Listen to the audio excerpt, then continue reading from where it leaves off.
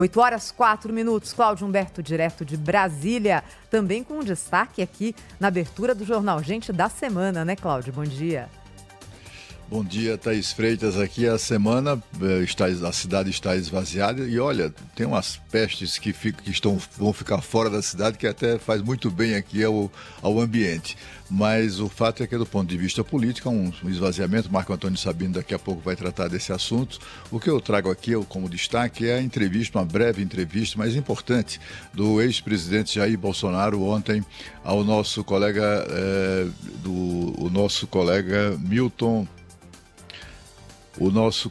Neves, da Rádio Bandeirantes de São Paulo. Foi uma entrevista um tanto quanto casual ali, né, por telefone, e o ex-presidente fez declarações importantes ao Milton Neves. Ele disse, por exemplo, ele defendeu a investigação e punição dos responsáveis pelos atos de vandalismo do dia 8 de janeiro, por exemplo. Né? Uma declaração importante, mas um tanto quanto tardia.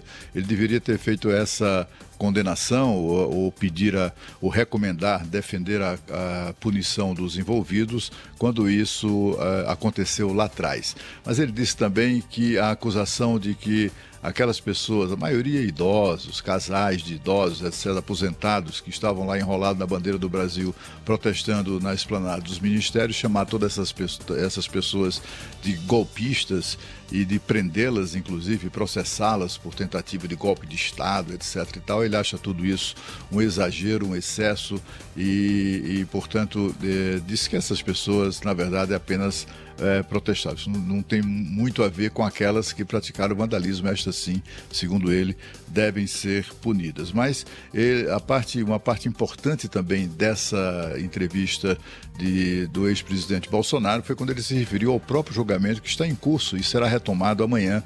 E isso sim deve movimentar a cena política aqui de Brasília no Tribunal Superior Eleitoral. Ele disse que esse julgamento dele é politiqueiro. E ele não admitiu claramente, mas ele parece esperar mesmo uma condenação que o tornará inelegível. Mas ele também desdenhou um pouco disso. Disse que se isso acontecer, não será o fim do mundo. Vamos ouvir. É um julgamento politiqueiro, né? Não era nem para ter recepcionado a ação, por ter se reunido com embaixadores. Pô, é brincadeira. E tem uma jurisprudência de 2017, o julgamento da chapa Dilma Temer, né? Que simplesmente deixou de existir agora, para esse novo julgamento, para esse julgamento deu. Então, a gente vai ver o que acontece, não vamos adiantar o resultado aqui, mas não será o fim do mundo, não.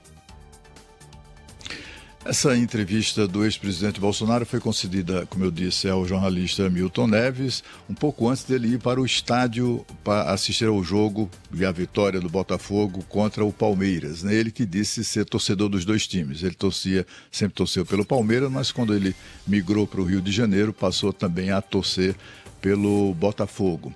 Mas o fato é que lá no estádio ele foi recebido com muito carinho pelas pessoas, né? Que quando o viram chegar no camarote de um advogado para o qual ele foi convidado, ele foi saudado com muita alegria. Ele que, a caminho de São Paulo no avião, também foi paparicado, passou o tempo todo interagindo com os passageiros e também fazendo pose para selfie. Assim, do ponto de vista do prestígio político do ex-presidente, parece que o julgamento do TSE não surtirá os efeitos necessários, ele condenado ou não. O que isso fica demonstrado é que o ex-presidente não está nem aí para isso. E depois, isso não é uma eventual decisão nesse sentido, não deve afetar, digamos assim, aquele conceito que ele sempre teve entre os seus eleitores. Agora vamos saber de Marco Antônio Sabino o seu destaque para o início desta